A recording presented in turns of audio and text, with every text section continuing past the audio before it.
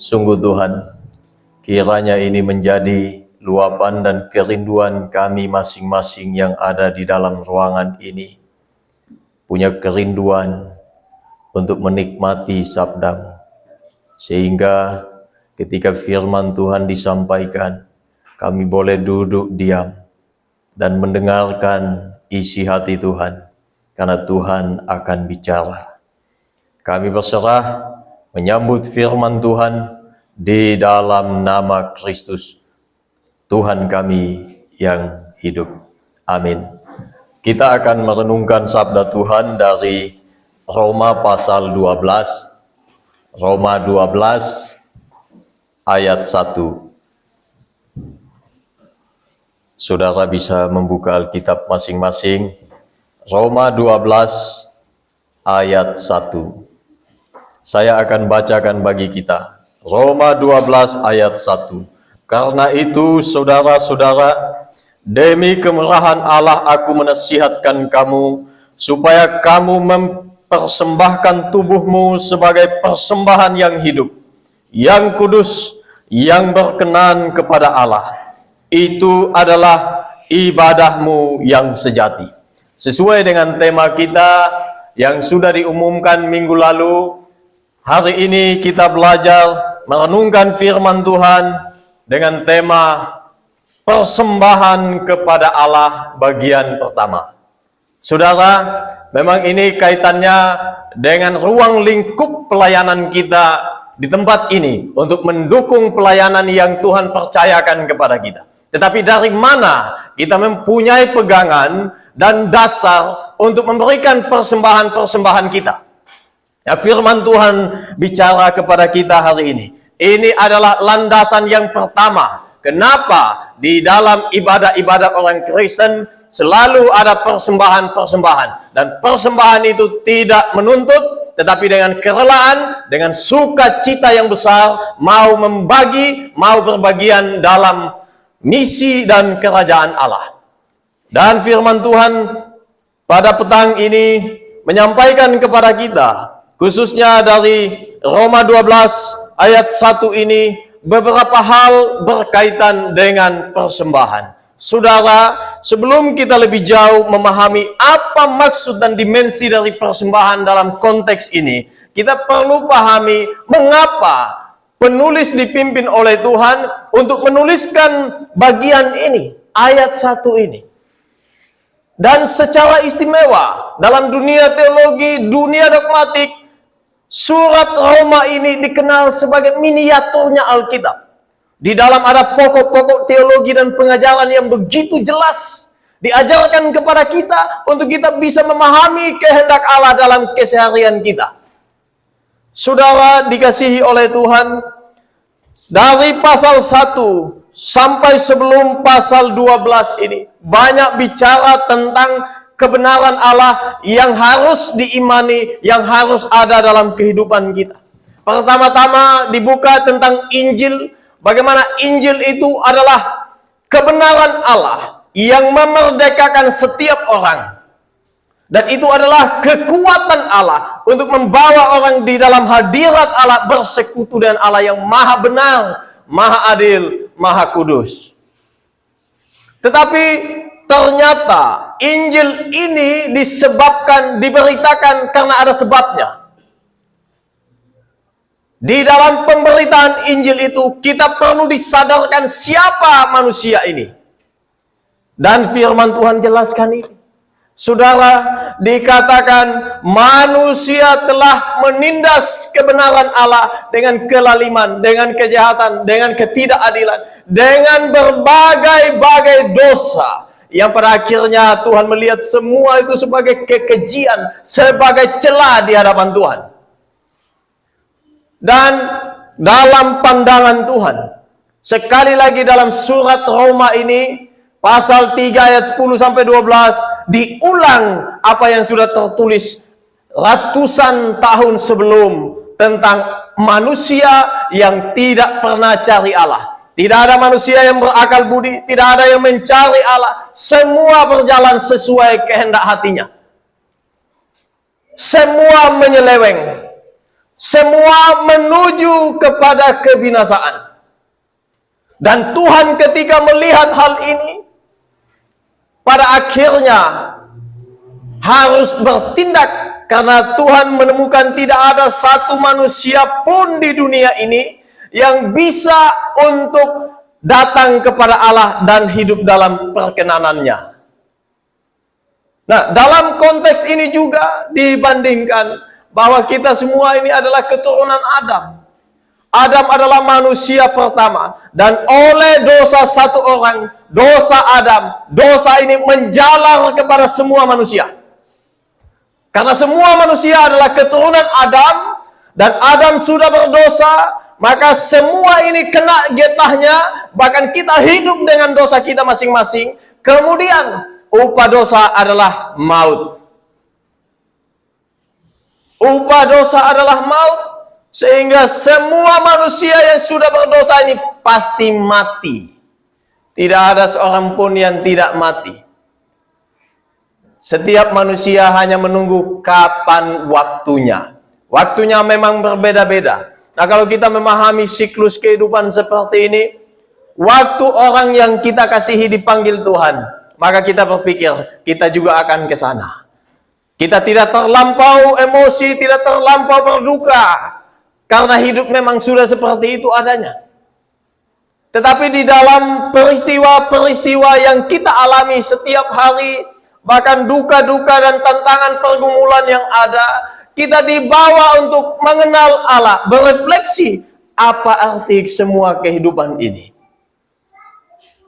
Dan sebelum sampai ke sana, sebelum Paulus mengajarkan tentang hal itu kepada jemaat Roma, dia menjelaskan secara detail, secara jelas, supaya kita punya fondasi untuk hidup di dalam iman kita kepada Allah. Wah, ini sesuatu yang menarik sekali. Tulisan Paulus dengan doktrin yang begitu tajam, begitu jelas mengenai iman kita kepada Tuhan. Pada akhirnya ketika melihat semua ini, tersimpulkanlah bahwa manusia hanya bisa dibenarkan di hadapan Allah oleh karena iman. Bukan karena jasa-jasa kita manusia, bukan karena jasa dan perbuatan baik saudara lalu kemudian dikenal Allah. Tidak ada itu. Semua perbuatan manusia bagaikan kain kotor. Kain kotor itu adalah minta maaf. Itu kain wanita yang mendapatkan bulan. Kain kotor semacam itu. Dan konteks itu begitu najis. Bukan kain lap yang di belakang lalu kita pikir kotor. Tidak. Lebih daripada itu. Saudara, kalau kita baca dalam perjanjian lama diceritakan panjang lebar aturan demi aturan. Perempuan yang datang bulan tidak boleh menghadap Tuhan. Bahkan setelah datang bulan dia harus melewati masa pentahiran. Karena yang berhadapan, yang harus menghadap Tuhan itu tanpa cacat, tanpa celah. Dan semua perbuatan kesalehan kita tanpa Tuhan itu sampah. Itu disebut Tuhan sebagai kain yang kotor itu. Firman Tuhan jelas mengatakan kepada kita. Contoh-contoh yang dijelaskan sebelum pasal 12 ini begitu jelas. Salah satu yang diambil kiblat adalah Bapak Abraham. Dikenal, diakui oleh 3 agama di dunia. Pertama, oleh orang Yahudi, agama Yahudi. Kedua, Kristen. 600 tahun kemudian muncul Islam. Saudara yang dikasihi oleh Tuhan, Abraham dibenarkan oleh Allah bukan karena dia berbuat baik. Siapa Abraham? Tetapi dia diperkenan oleh Allah bukan karena dia sudah melakukan sesuatu yang begitu ajaib di hadapan Tuhan sehingga Tuhan melihat ini adalah perbuatan yang dijadikan sebagai alasan pembenarannya. Justru firman Tuhan bilang, justru oleh karena iman Abrahamlah semua itu dihitung sebagai perbuatan kebenaran. Pembenaran demi pembenaran. itu hanya bisa terjadi oleh karena iman. Iman itu kontennya adalah Kristus yang telah mati di kayu salib, dikuburkan, bangkit dari kematian. Dan di dalam pengorbanan Tuhan itu, saya dan saudara beroleh pengampunan, dan di dalam itu Roh Kudus menerapkannya bagi kita masing-masing dan menjadi bagian dari kehidupan kita. Iman kita boleh menyelamatkan kita di hadapan Tuhan. Bukan karena kita bertutur baik, berpikir baik, bertindak baik, tetapi karena Tuhan telah membuat semua itu menjadi perkenanan karena Kristus semata. Lalu saudara, setelah menjelaskan semua ini, sebelum masuk pasal 12, ayat 36, pasal 11 mengatakan, segala sesuatu adalah dari Dia, oleh Dia, kepada Dia, kepada Allah. Kemuliaan selama-lamanya haruslah hanya bagi Dia. Nah, prakteknya seperti apa? Bagaimana kita bisa memuliakan Allah selama-lamanya? Slogan yang kita kenal dari Johannes Calvin adalah Soli Deo Gloria. Kemuliaan biarlah hanya bagi Allah, bukan bagi pendetanya, bukan bagi hamba Tuhannya, bukan bagi jemaat, bagi Allah. Lalu bagaimana caranya? Nah, ini dia yang Paulus ajarkan kepada kita dengan pembukaan pasal 12 surat Roma ini, ayat 1. Karena itu saudara-saudara, demi kemurahan Allah aku menasihatkan kamu. Demi kemurahan Allah. Bukan demi jasa-jasa kita. Bukan demi orang tua, pengajar, kaum rohaniawan. Bukan karena ada gembalanya lalu kita mulai berbuat baik. Bukan. Paulus tidak menulis namanya. Dia harus makin kecil seperti kesaksian Yohanes. Biarkanlah Kristus makin dimuliakan, makin besar. Bagaimana caranya supaya Kristus makin mulia? Caranya kita harus makin menghilangkan ego, menghilangkan keakuan kita, baru bisa. Karena kedua ini tidak bisa berjalan bersama. Kalau satu tinggi, maka satu harus turun. Satu tinggi, ini pasti turun. Kalau kemuliaan Allah makin meninggi dalam hidup kita, pasti otomatis keakuan kita makin turun, makin lenyap, makin lenyap.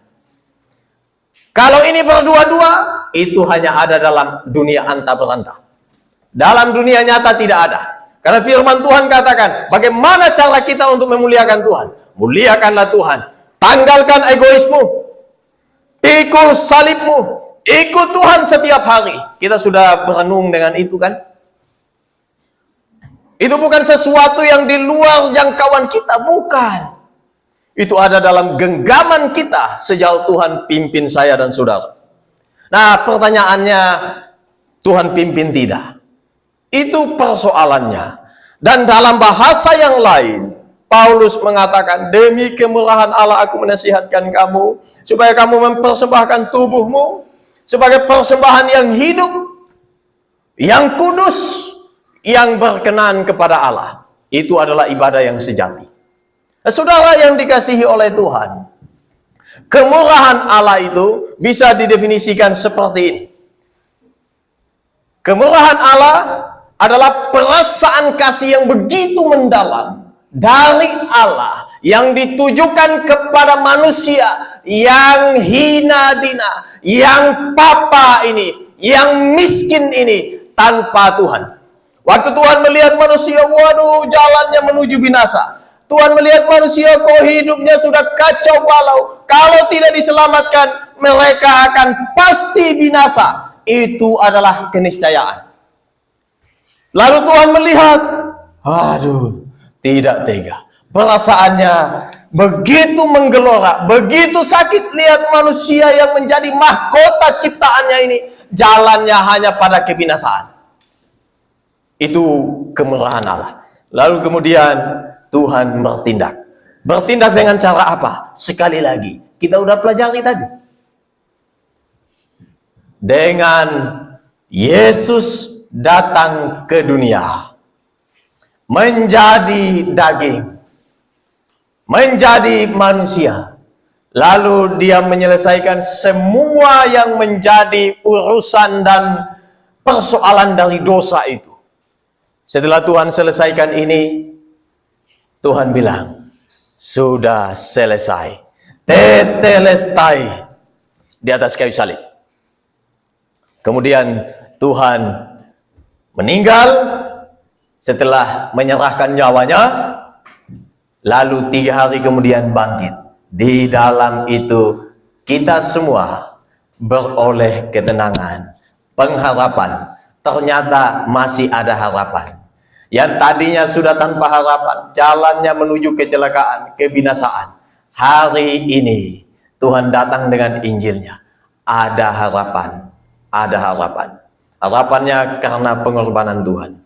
Dan itu diterapkan, dan kemudian kita dibenarkan di hadapan Allah yang maha benar, yang mengadili dengan kebenaran yang absolut, yang tidak ada tawar-menawar.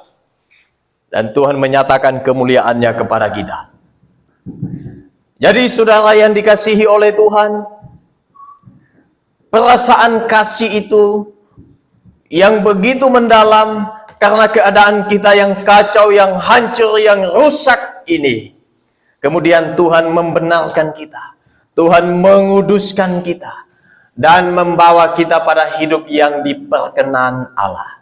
Kita tidak pantas. Tidak ada seorang pun yang layak menerima belas kasih Allah itu. Yang layak menerima kemurahan Allah itu. Tetapi Tuhan mau kasih. Tuhan mau kasih. Kepada siapa yang remuk hatinya, Tuhan kasih. Nah, saudara yang dikasihi Tuhan, setelah Tuhan menyatakan kemurahannya, maka karena inilah Paulus katakan, demi kemurahan Allah. Demi kemurahan Allah. Maka saya dan saudara, waktu itu adalah jemaat Roma yang pertama, harus mempersembahkan tubuh kepada Allah. Harus persembahkan tubuh kepada Allah. Saudara, dunia Yunani waktu itu menganggap tubuh ini hina. Menganggap tubuh ini bagian dari dunia yang jahat. Sehingga mereka menggunakan tubuh dengan tidak beres, dengan sesuka hati.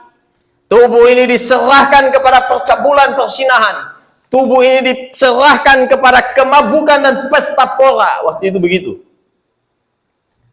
Tubuh ini diserahkan kepada berbagai-bagai perbuatan kedagingan dan hawa nafsu dunia. Karena mereka anggap ini tidak menjadi bagian dengan Allah. Dan ini yang akan dibinasakan. Dia tidak mendapat tempat di dalam dunia yang akan datang. Ini konsep Yunani. Tetapi Tuhan tidak begitu, saudara. Tuhan tidak begitu. Bahkan ketika Tuhan datang ke dalam dunia, dia tidak pakai tubuh maya. Disentuh, oh ternyata tidak bisa. Tidak. Tuhan menggunakan tubuh yang sama dengan kita. Hanya tidak berdosa. Waktu Yohanes 1 ayat 14 mengatakan firman jadi daging. Hologos sarx egeneto, itu pakai kata sarx, daging, flesh. Daging. Itu tubuh yang ada darah, tubuh yang punya kelemahan harus makan minum, harus istirahat sama seperti kita. Tetapi sekali lagi, dia tidak berdosa. Tidak berdosa. Mulai dari sebelum ada, dari rahim yang kosong, sampai kepada kubur yang kosong, tidak berdosa. Dalam pikiran tidak, tutur kata tidak, tindakan tidak. Maka pribadi seperti ini, yang bisa diperkenan dan memuaskan hati Bapa untuk dapat menyelesaikan urusan dosa kita. Sehingga kita bersyukur kita mendapat bagian di dalamnya. Nah, saudara yang dikasihi Tuhan, Tuhan sudah menunjukkan itu. Tubuh ini bagian yang tak terpisah dengan rohani kita yang terkoneksi dengan Tuhan. Bagaimana jiwa ini bisa hidup? Bagaimana jiwa ini bisa bereksistensi di dalam hidup setiap hari tanpa tubuh? Tubuh tanpa jiwa, tubuh itu mati. Tetapi jiwa tanpa tubuh, itu gentayangan, itu roh. Dan kalau ini sudah terpisah, maka otomatis jiwa akan kembali kepada sang pemiliknya, kepada Tuhan. Memang yang akan abadi setelah Tuhan cipta jiwa dan taruh di dalam rahim ibu adalah jiwa. Sejak Tuhan mencipta dia dalam janin, dalam rahim ibu, sampai seterusnya, dia tidak akan pernah mati. Tubuh dalam keterbatasannya dia akan mati. Tetapi jiwa tidak. Satu saat ketika Tuhan datang yang kedua kali, jiwa akan dipersatukan dengan tubuh dan akan mendapat bagiannya masing-masing. Yang percaya dan hidup berkenan di hadapan Tuhan akan kembali ke surga, akan hidup bersama-sama dengan Allah. Yang tidak, kembali ke neraka, dia akan selama-lamanya di situ. Dia disiksa, bukan hanya jiwa, tapi tubuhnya juga. Nah, ini saudara yang banyak orang tidak peduli kan? Karena tidak mau tahu dari mana asalnya. Padahal Tuhan mencipta manusia bukan dengan sembarang. Saudara perhatikan sutradara-sutradara yang menghasilkan film-film yang bagus itu. Mereka membuat dengan luar biasa persiapannya. Tidak main-main. Pada akhirnya hasilnya pun ketika dinonton, penontonnya menjadi puas. Itu sutradara secara manusia kayak begitu. Sutradara ulung dari manusia itu adalah Allah. Mana mungkin Tuhan mencipta kita ini tanpa tujuan? Mana mungkin Allah adalah pencipta yang gagal? Kalau ada Jax yang buat mungkin gagal. Buat tanah liat tidak jadi. Waduh, pecahkan lagi. Daur ulang lagi. Tidak jadi. Ya kayak begitu. Tuhan tidak begitu. Dan selalu ada tujuan. Nah, itu yang Tuhan bilang kepada kita, supaya kita bisa memahami apa maksud dari kehendak Tuhan dari hidup kita masing-masing. Saudara yang terkasih dalam Tuhan, dalam firman Tuhan ini setidaknya ada 3 hal berkaitan dengan persembahan kepada Allah. Yang pertama adalah persembahan kepada tubuh, pertama persembahan yang hidup, persembahan yang kudus kedua, yang ketiga persembahan yang berkenan kepada Allah. Tetapi saudara perhatikan, waktu Tuhan bilang persembahkanlah tubuhmu, konteks yang dalam Roma 12 ayat 1 ini tidak sedang bicara hanya tubuh. Oh, kalau begitu saya hanya persembahkan tubuh saya. Oke lah. Nah, implikasinya akan seperti ini nanti karena Tuhan bilang begitu ya. Ya, saya datang ibadah, biarkan tubuh saya di sini, pikiran saya di tempat lain. Otak saya sedang pikirkan hal-hal yang di luar dari pemberitaan firman Tuhan. Kita bercanda, bermain-main dalam ruang ibadah. Karena yang penting tubuh ada di sini. Pikiran tidak perlu, hati tak perlu.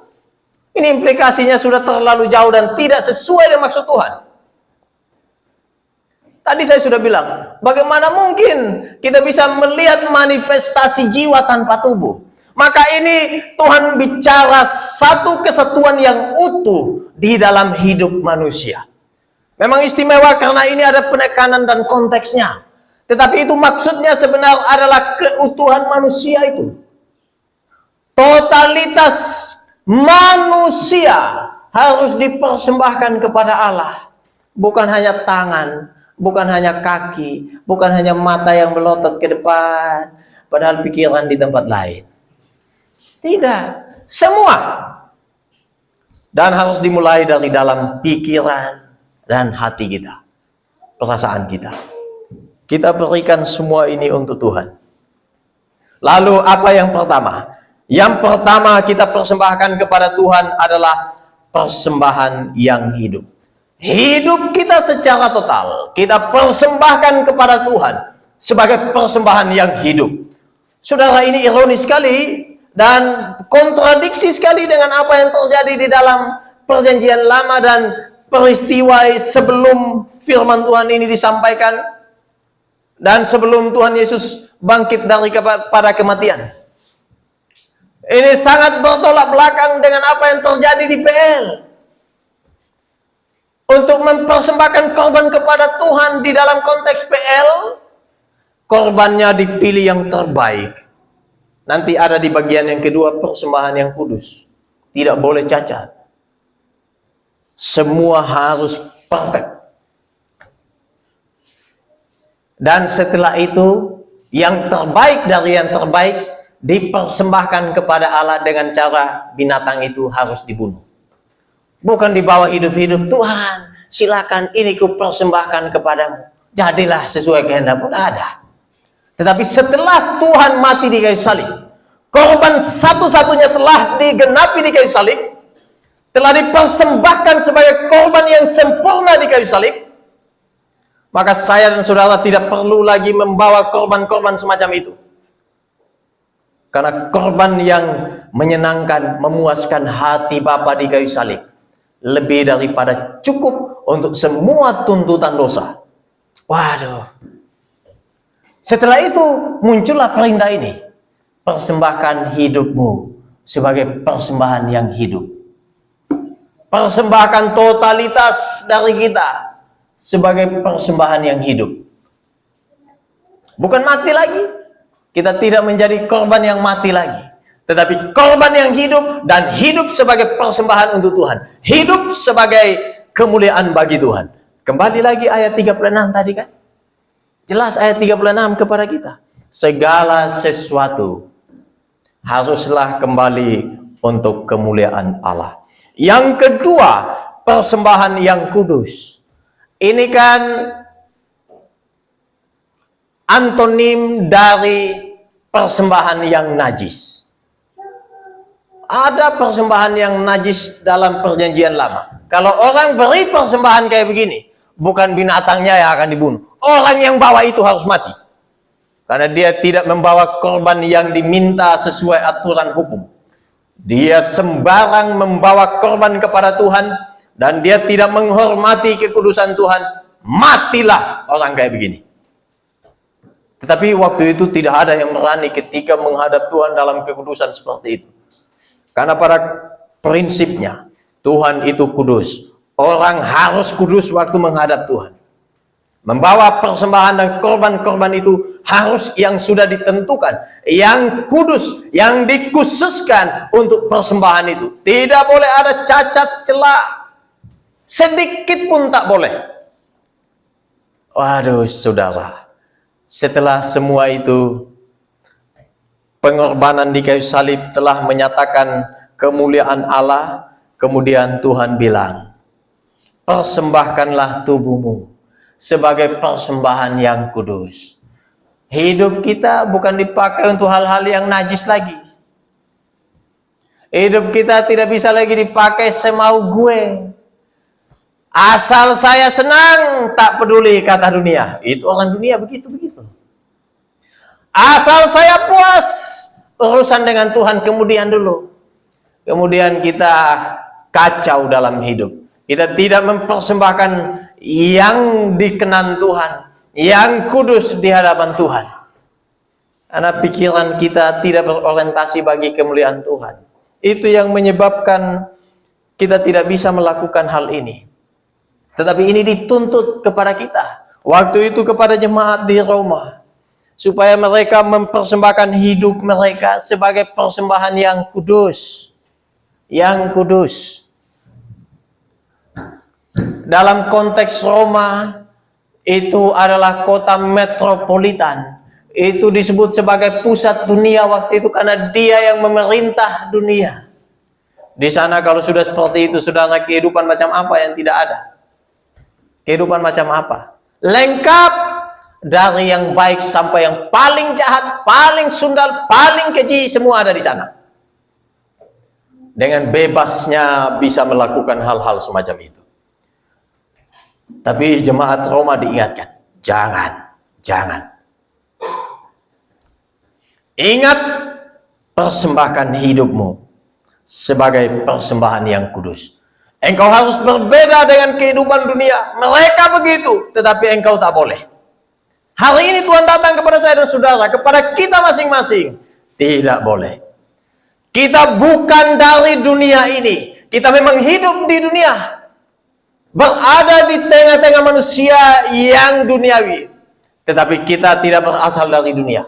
Kita berasal dari atas. Maka nilai hidup kita ditentukan dari atas. Bukan ditentukan oleh dunia. Apalagi kebahagiaan kita ditentukan oleh sosmed, oleh apa kata netizen, oleh pendapat-pendapat orang lain. Kemudian nanti kita akan mengikuti gaya hidup yang dikenan dunia ini. Manusia secara umumnya. Tidak begitu. Di tengah-tengah tantangan dan krisis moral dan kehidupan yang tidak beres di hadapan Tuhan, Tuhan minta kita persembahkan hidupmu sebagai persembahan yang kudus. Jangan najiskan hidup kita. Jangan najiskan tubuh ini. Jangan najiskan jiwa ini. Secara utuh persembahkan kepada Tuhan. Lalu yang ketiga, saudara, Tuhan bilang, persembahkanlah hidupmu sebagai persembahan yang berkenan kepada Allah. Yang berkenan.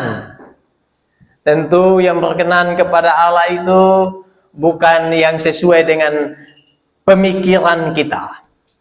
Tetapi pemikiran kita harus selaras dengan pikiran Tuhan.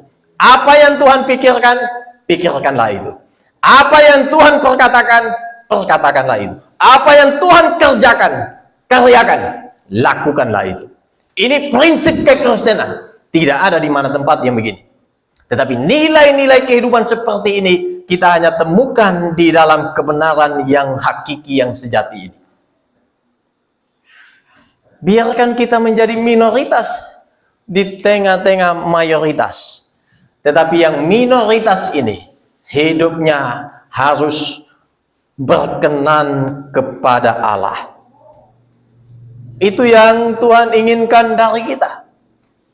Dan kenapa kita harus melakukan semua ini, saudara? Sekali lagi, karena kemurahan Allah semata.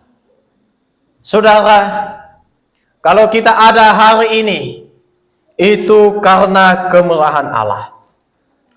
Apa yang kita miliki hari ini, karena kemurahan Allah.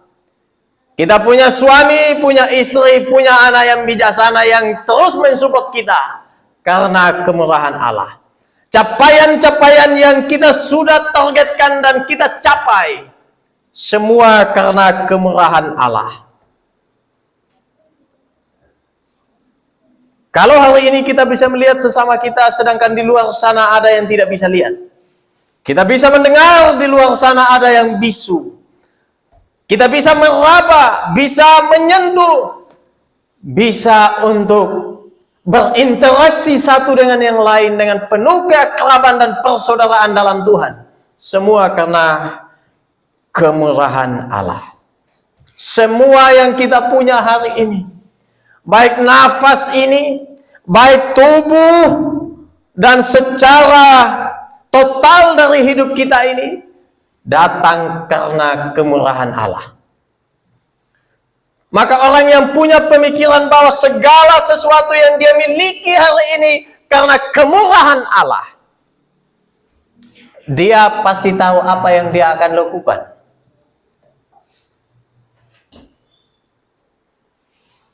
Apapun yang dia lakukan, dia akan selalu pertimbangkan. Ini Tuhan suka tidak ya? Ini Tuhan perkenan atau tidak ya? Jangan-jangan kalau saya lakukan ini, saya sedang mendukakan Roh Kudus yang mendiami saya. Saya melakukan itu jangan-jangan membuat Tuhan menjadi kecewa atas saya dan membuat orang lain menjadi jauh daripada Tuhan dan saya. Itu semua jadi pertimbangan dari pengenalan dan kesadaran bahwa semua adalah kemurahan Allah. Jadi saudara yang dikasihi oleh Tuhan, kalau sudah seperti ini adanya prinsip kita hidup untuk Tuhan. Kita mati untuk Tuhan. Itu sebenarnya ada di dalam pasal 14 ayatnya yang ke-8. Jika kita hidup untuk Tuhan. Jika kita mati untuk Tuhan. If we live for the Lord. If we die for the Lord. Jadi kita mau mati, kau mau hidup, kau sama saja. Kita miliknya Tuhan. Nilai yang semacam ini, saudara, kita tidak akan bisa pungut di tempat lain. Kita hanya bisa dapatkan dalam persekutuan kita dengan Allah. Hanya dapatkan di dalam Allah, bersama Allah, melalui Allah. Tidak ada tempat lain. Lalu setelah semua ini kita pahami, kita kembali kepada tema kita. Persembahan kepada Allah. Nah, dari konteks ini, kita bisa memahami apa yang menjadi milik kita. Mau hidup, mau semua yang mengikuti kita. Kita tahu ini datangnya dari Tuhan semata. Maka orang kayak begini, yang punya prinsip seperti ini, kalau untuk memuliakan Tuhan, dia pasti lakukan. Dia pasti lakukan. Ini tidak hanya terbatas pada finansial dan keuangan. Jangan pikir, kalau begitu orang yang mempersembahkan banyak, itu adalah orang yang takut Tuhan. Oh saudara, orang kaya yang banyak-banyak itu yang tapi tidak takut Tuhan, persembahannya tidak main-main, tetapi hidupnya kacau balau. Tetapi selalu beriringan, orang yang takut Tuhan otomatis juga akan terrefleksi dari yang saya katakan tadi. Tetapi apakah orang yang mempersembahkan banyak itu takut Tuhan? Belum tentu. Orang yang takut Tuhan mempersembahkan, iya. Yang terbaik dia akan berikan bagi Tuhan. Karena dia tahu arti hidup ini. Dan dia tahu tujuan Tuhan bagi dia secara pribadi. Dia tahu tujuan Tuhan bagi dia secara pribadi. Sehingga sesuai tema kita, persembahan kepada Allah itu bukan sesuatu yang menjadi momok yang menakutkan. Tidak. Tetapi ini adalah bagian dari kehidupan yang sudah mengalir berangkat dari pengenalan akan Allah, mengenal kemurahan Allah, membuat orang itu hidup mencari kebenaran dan kesukaan hati Allah setiap hari, bukan hanya pada waktu hari Minggu, bukan. Mencari kehendak Allah tidak cukup saat hari Minggu saja. Kita siapin pikiran, semua hal yang baik-baik, bahkan pakaian pun kita siapkan dengan sebaik-baiknya untuk kita datang beribadah. Tidak. Tadi waktu khotbah di Denpasar, mungkin Amayarles ingat, karakter seseorang tidak dilihat dari apa yang dia pakai. Tidak. Orang pakai pakaian bagus di luar sana, karakternya jelek. Tapi saya harap ini tidak ada pada anak-anak Tuhan, tidak ada pada jemaat Tuhan. Tapi ada orang yang biasa, sederhana saja, karakternya teruji. Kalau jemaat epitel seperti ini, aduh, dampaknya seng main-main. Kita campur sedikit-sedikit. Tidak main-main. Dan itu yang Tuhan inginkan dari kita, saudara. Karena itu, menutup khotbah ini, sekali lagi saya tekankan, hiduplah bagi kemurahan Allah. Hiduplah mempersembahkan yang terbaik sebagai persembahan yang hidup, sebagai persembahan yang kudus, yang berkenan kepada Allah. Itulah ibadah kita yang sejati. Itu ibadah kita yang sejati. Tuhan berkati. Amin. Bapa di sorga, kami bersyukur atas lawatan firman-Mu bagi kami yang singkat ini. Tuhan tolong kami, setelah kami belajar bagaimana harus mempersembahkan hidup kami sebagai persembahan yang sesuai mau Tuhan. Kiranya Tuhan pimpin kami untuk melakukan. Dalam keterbatasan kelemahan kami, banyak kali kami tak bisa, tak mampu. Tetapi kuasa Tuhan dan karya Tuhan, pribadi Tuhan yang tak terbatas, membuat kami melewati semua ini menjadi enteng. Bersama Tuhan, di dalam Tuhan, melalui Tuhan. Biarkanlah soli Deo Gloria. Amin.